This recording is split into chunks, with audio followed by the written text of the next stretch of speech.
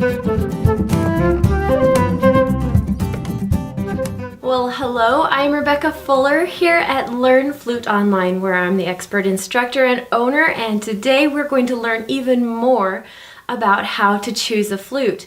Now, I have this whole video series page. You can see the button for it here on this page to get back to it if you came from somewhere else first to get here. And you can find all sorts of information I've included there to help you learn how to choose a flute for yourself so that you can come and learn how to play.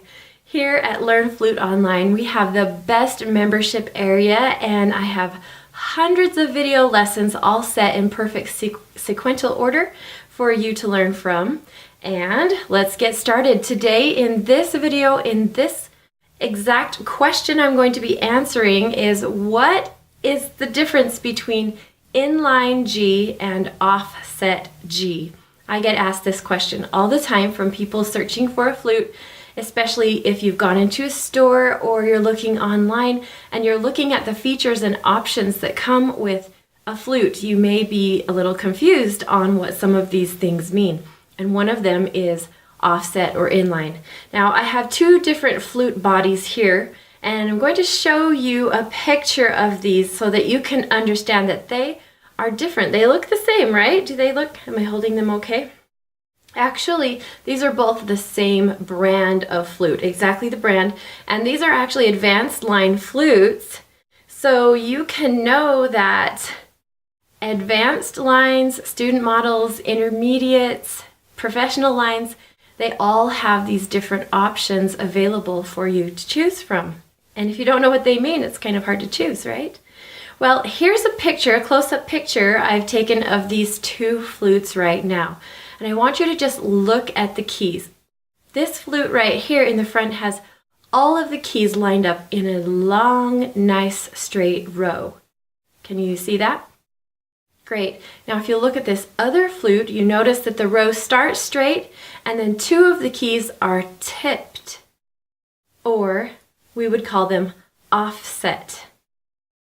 And so now that you can see those, let me explain to you a little bit more.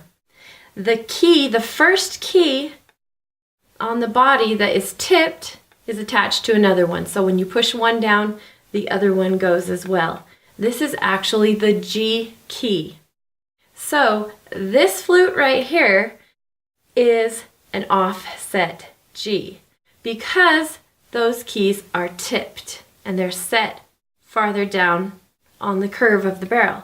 Now this flute right here, and you can look at it in the picture again, they're all in a nice straight row, and also when I push the G key, the other one goes down with it.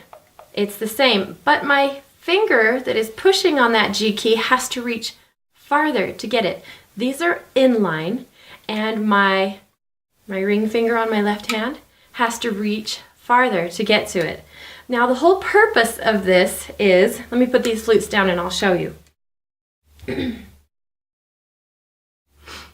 If you notice, our hands have 5 fingers and they are different sizes. The pinky is the shortest. Of course, we're not going to talk about our thumb right now. The next shortest is our ring finger here. This is the finger that we use for our G key. Now, if all of the keys are in line, in a nice straight line on the flute, and we reach up there, we've got this finger up there on the key. This finger is shorter, but somehow those inline flutes, you're expected to reach up there in the same straight line as your tall man finger. Doesn't make sense, really, does it? It doesn't, and that's why there's also an option for offset G.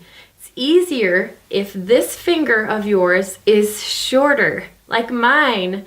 I think probably the general population has this finger shorter than this one. Now, of course, you can learn how to play on an inline G flute. In fact, that is my flute. I played on an inline G flute for about 20, maybe 22 years of my life, and I adjusted just fine. I had no problems with it.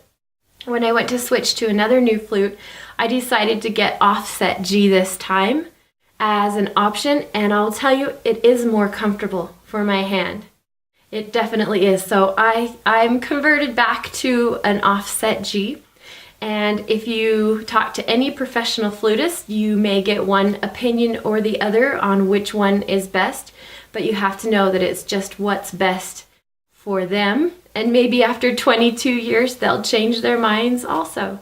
Now, I would say that years ago, in the early, I would say 90s and in the 80s, it was more common for the intermediate and advanced professional line flutes to have inline G flutes.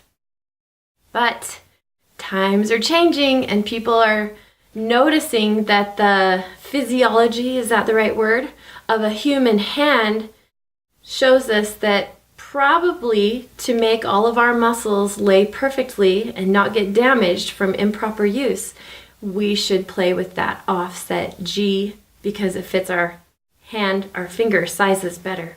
Well, there you have it. That's kind of exactly all about the inline and offset G, and I hope that taught you a few things. Go ahead and ask me your questions, and again, I'll see you soon in another video or here in the membership area where we'll learn even more about how to play the flute really well. We'll see you soon.